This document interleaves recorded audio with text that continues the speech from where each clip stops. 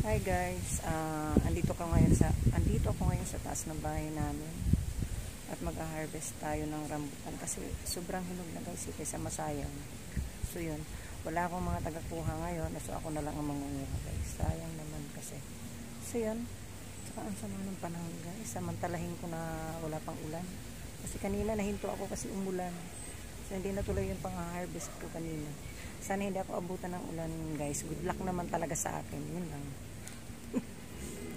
Kita nyo yan guys, yung isang puno na yan. Ayan. May mga bunga din naman siya sa pinakatuktok. Ewan ko nakikita nyo guys. Ayan. Ayan.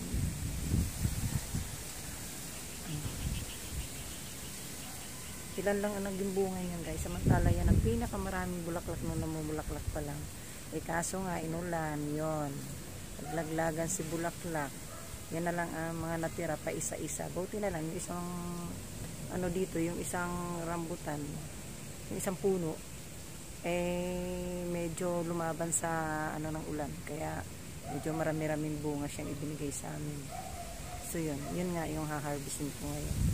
So sayang, sana next year huwag ka magpatalo sa ulan ha. Sayang ang mga bulaklak mo eh. Ikaw pa naman ang pinakamaraming bulaklak. Ito yung rambutan na nasa likod ng bahay namin. Itong isa naman na namunga, itong hindi nagtatalo sa ulan. I mean, ito yung nasa gilid ng bahay namin. Ito nasa likod. Bali dalawa yan sila. So yun, harvesting ko yung isang puno ng rambutan na yan.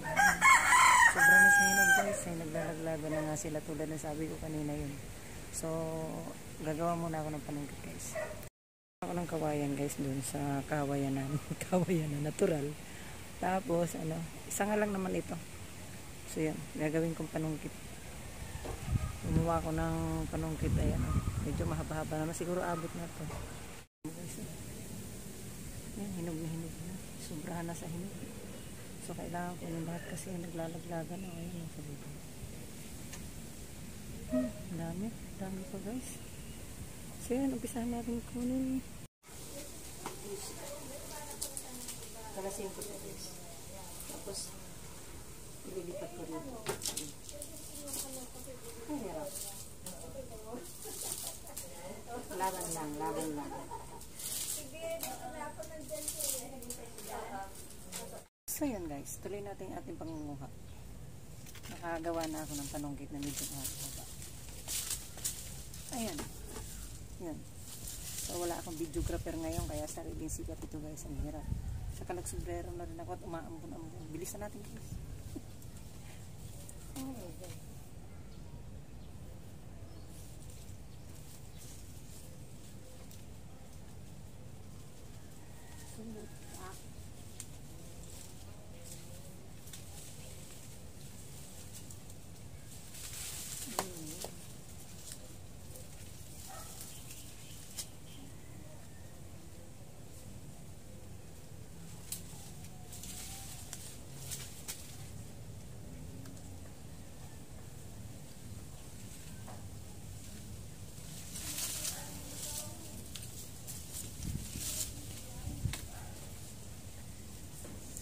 Hirap pala manungkit guys. Ano ba yan? Hirap manungkit.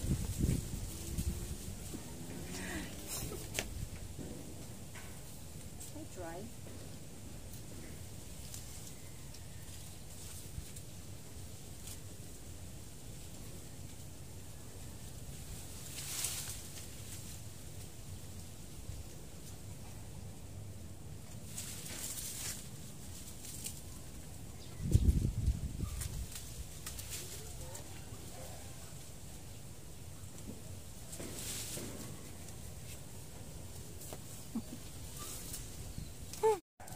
Guys, wala pa ako sa kalahati. Pagod na ako. Ang hirap pala manungkit. Ewan ko kung mapapanindigan ko to guys. Try natin. Simple.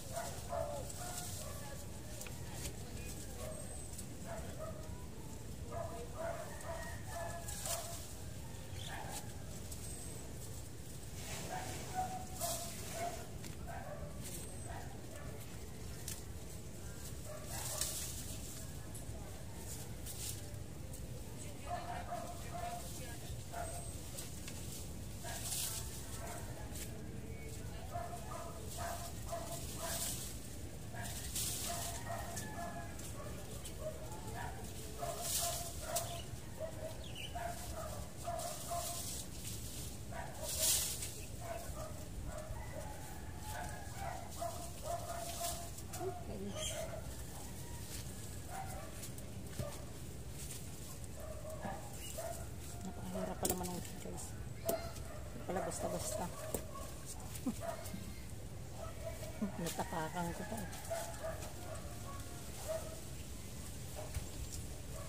Sayang nga kasi guys, naglalaglagan mo.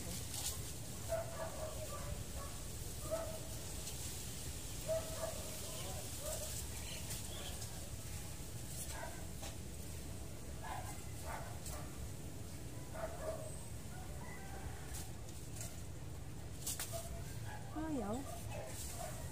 Kasi yun nga guys, hindi ko yata kayang panindigan na ako lang ang mag-harvest nito. Kailangan ko ng tulong. Maghintay na lang tayo. Hindi nga mo. Uulan na rin. So yan. Guys, yan lang yung mga nakuha ko. Yan o. Hindi ko kayang panindigan na ako lang mag-harvest nito. Dami pa niyan dun guys. Yung mga dilo-dilo. Naglalaglagan na nga sila. Lalo ngayon humahangin at masama ang panahon. So maghintay na lang tayo. Maghintay na lang ako sa mga kasama ko kung sino pwede mag-harvest nitong lahat. So yan. Dami kong linisin after nito. Ang dami Ang daming dahon. Saka na lang yan guys. Guys, yan yung mga nakuha ko. Siguro mga nasa 4 na kilo. Hindi ko kayang panindigan guys. Hindi ko kaya mag-harvest lahat. Ito lang talaga nakuha ko. Dilim-dilim na mukhang uulan at may bag. So yun nga guys, natapos ng harvest yung rambutan. Tapos na season dito sa aming lugar ng rambutan. Pero sa ibang lugar marami pa rin. Hindi pa parehas ano. So yun, naubos na nila.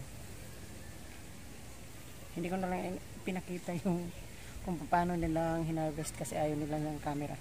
So galang natin yun. So yun, hindi ko na rin ipakita yung mga na-harvest nila. Pinakita ko lang yung mga na-harvest ko. Ayan, so, tapos na. Sayang kasi na-overripe na. So yun, pinaubos ko na. So yun lang guys. So yun, salamat rambutan sa bunga mo na ibinigay sa amin. Sa susunod, mas marami pang bunga ha. Yun. Guys, dito na i-end ang vlog ko for today. So, bye guys. Be good, be kind, alagaan at mahalin natin ang ating kalikasan. Huwag na natin ipagbalambahala at wala tayong pakialam. Makialam na tayo, maging concern tayo sa kalikasan natin. Alam nyo naman ang nangyayari na ngayon sa iba't ibang panig na mundo. So, bye guys!